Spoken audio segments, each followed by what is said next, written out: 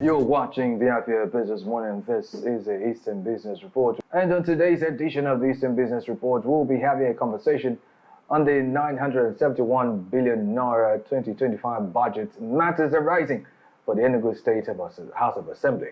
It may interest you to know that the Governor of Enugu State, Dr. Mbah, presented a budget proposal of the sum of 971 billion Naira on the floor of the Enugu State House of Assembly for 2025 fiscal year.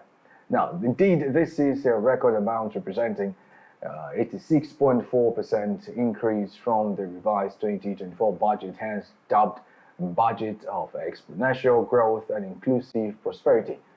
Now, the german question begging for answer is how this massive and laudable budget outlay will be funded amidst the present dire economic situation in the country.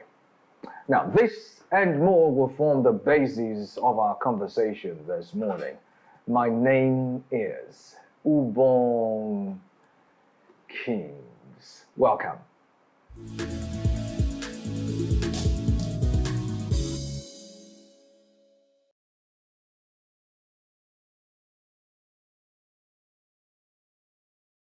All right, welcome back, and joining me on this conversation is Anitche Roland, who is a financial analyst and the CEO of Rogon Capital. It's good to have you join me this morning. Thank you very much. I know we started this conversation sometime on Wednesday, but we couldn't scratch it as much as we wanted to. Yeah. But frankly speaking, on a curious review of the third quarter budget performance of the current 2024 budget, there is noticeably a budget underperformance of the projected RGR receipts. Now, what does this really mean for this proposed 2025 budget presented by the governor? Okay.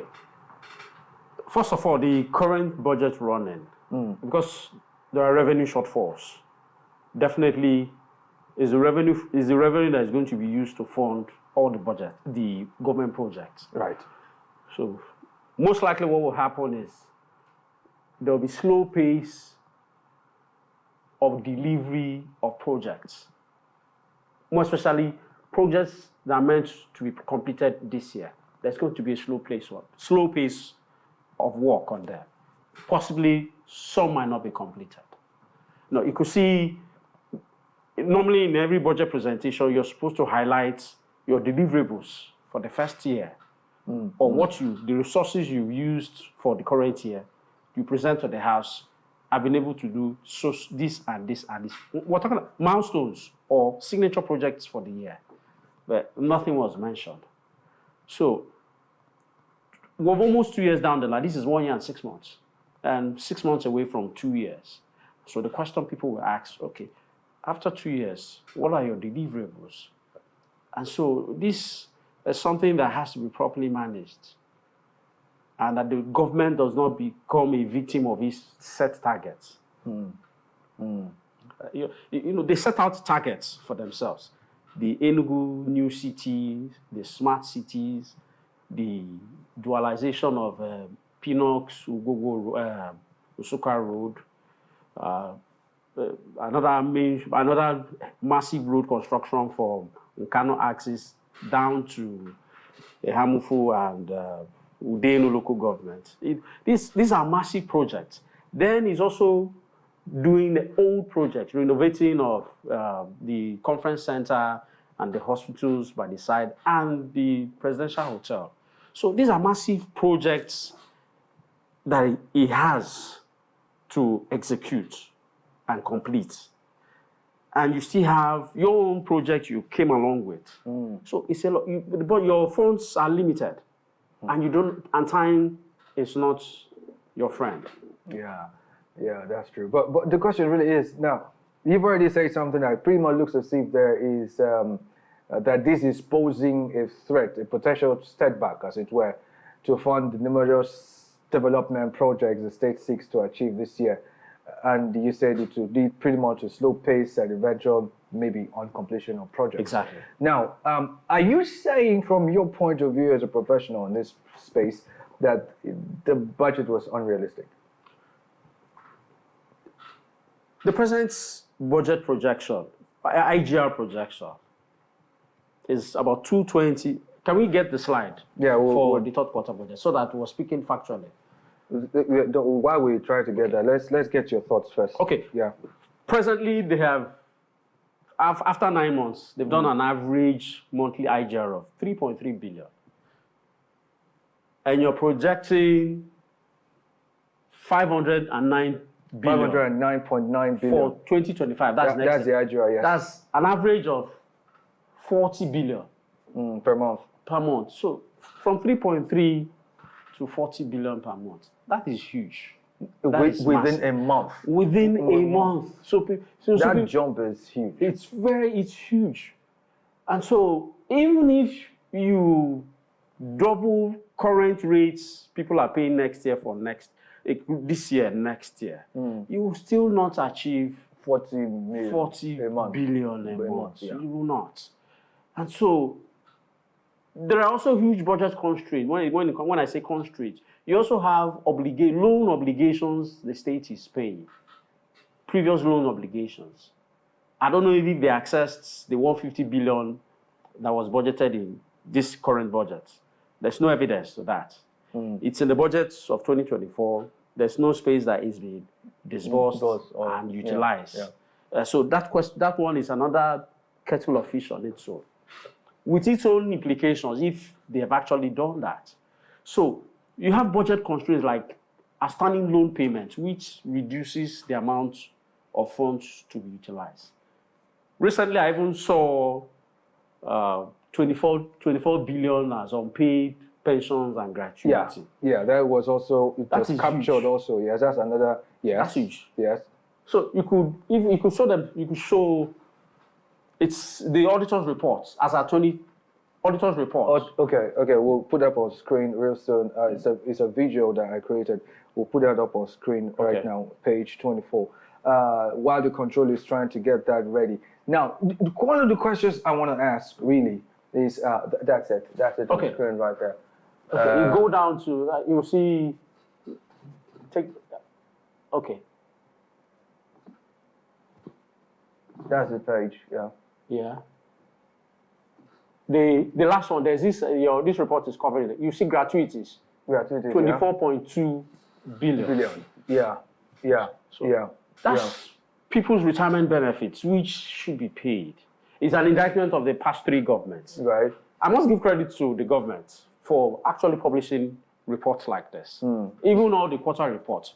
But it should serve as a guide for going forward. That, okay, you are limited by these constraints.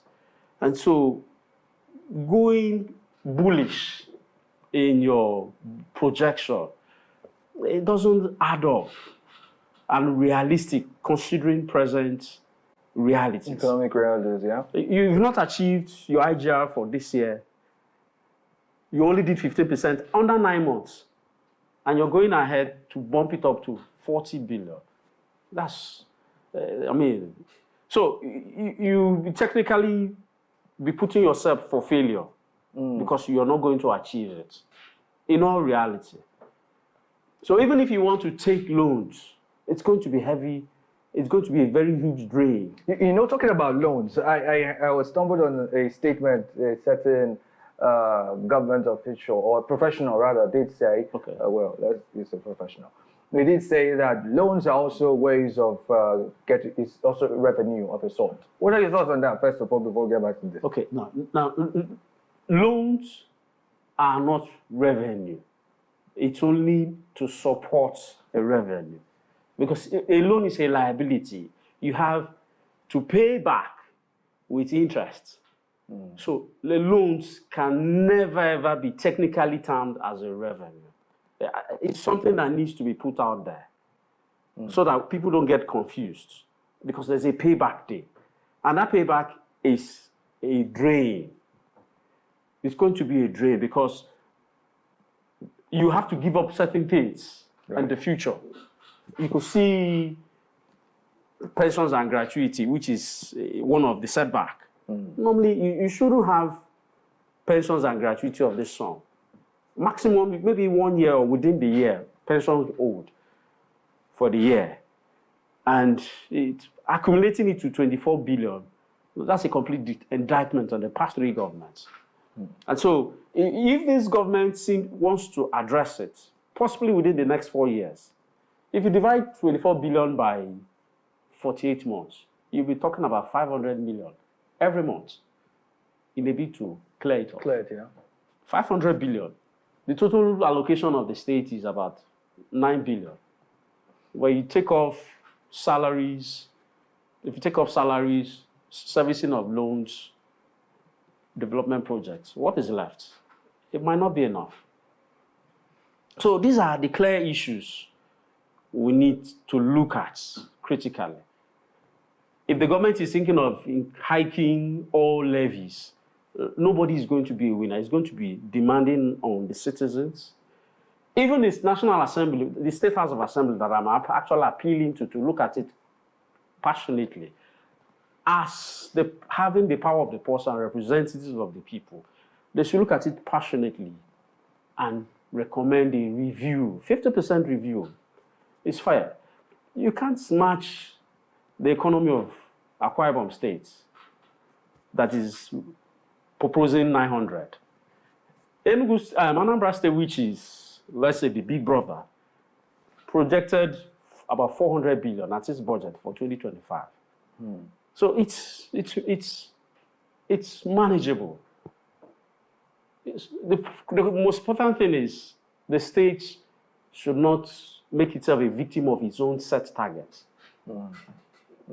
That's the purpose. What if, okay, well, you already made some clear points. Well, what if it's from the government's perspective, it's more or less they have mechanisms in place to actually achieve this, but the B part will now be, at whose expense will this be achieved? That's the big question. What are the mechanisms? You're only talking about revenues from FAC, VAT, your IGR. Let's not forget, the IGR is 509. That's the bulk, where the bulk of the funds are coming from.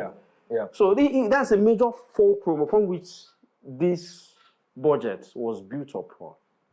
And that fulcrum is faulty. That's the point I'm making. 509 billion is not sustainable. Whatever way you look at it. Yes, the government has done very well. The last administration did 1.8 billion monthly.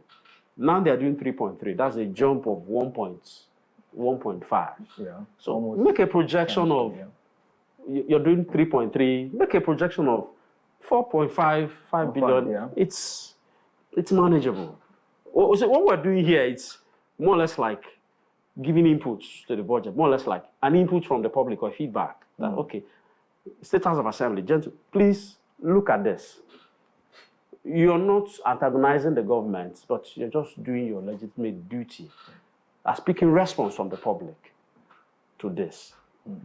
The government has intentions. It's not in it has good intentions. Nobody is contesting that. But amidst all the projects you set out to do, it's more or less like it's a war front. The Enugu New City, the smart schools across the states, the parks in Wogbete and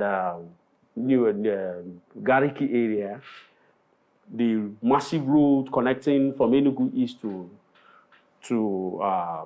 Udenu local government. That's a 6-lane road. The present budget you set out to achieve it this year, the airlines, the heavy investments on education, you need to look at it properly and say, you need to slow down. You can do this, but in phases. It's not, you don't have all the resources, as it were, at your disposal, or you're not like the federal government that could basically print money and channel it to this purpose, or devalue the Naira, reduce the value of the currency to inflate the the money in the system. But then it all has this inflationary impact. You don't have that luxury of that. You don't have the luxury of funds. You also don't have you also have a constraint of past loans to be paid.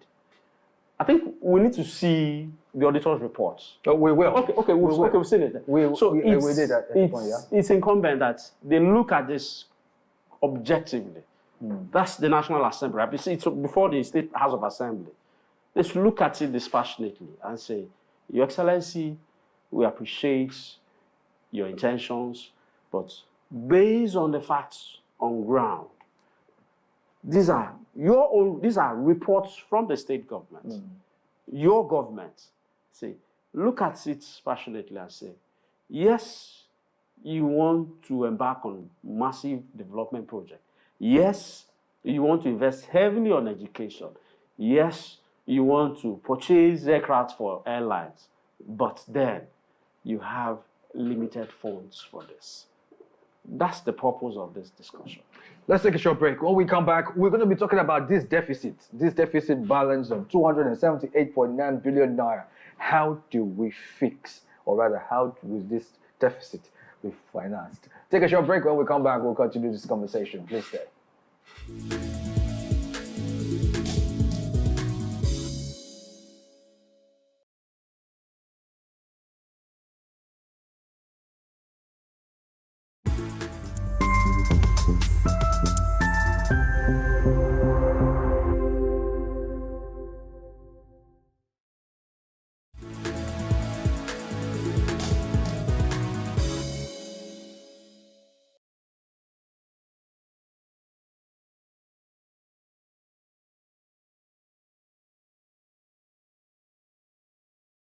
It's good to have you rejoin us, and yes, indeed, you're still on the Eastern Business Report, and I am still playing host to my guest in the studio, none other than the man he is, Anitche Roland, who is a financial analyst and CEO, Rogon Capital, and we have been talking about the 971 billion naira 2025 budget of Enugu State, matters arising, and how the Enugu State Assembly can help in this matter. But before the break, you were saying quite a number of things, but I want to bring up one part. Now, I'm just going to read this through, all right? So we get context. It must be mentioned that the proposed 2025 IGR projection of 509.9 billion represents 73.7% of the entire 692.1 billion naira revenue projection and 52.5% of the entire 971 billion naira revenue estimate for 2025. Consequent upon all of this, there is a deficit balance of 278.9 billion naira. Now the question is, how do we handle this deficit? Okay. First one, I'll take a statement from Professor Soludo's budget speech of 2005 budget speech, which he presented last week. He said, the past two budgets they presented, they have deliberately avoided accessing loans to fund the budget. Deliberately. They made a project provision for loans to support the budget, but they deliberately avoided it. So what it means is that their revenue target was not met. So they worked with the revenue they generated and delivered projects. And so that's one aspect. So most likely, the state will not access, it's an option, will not access capital markets lenders, either external or internal. But if they choose to access the borrowings as an option, it will come at a cost, a huge cost. Whether it is foreign external borrowings or local borrowings, if you add, you say, what's the sum again? 200 and what? 278.9 billion naira. If you divide it, let's say within the first 4 years of the administration, just a simple calculator.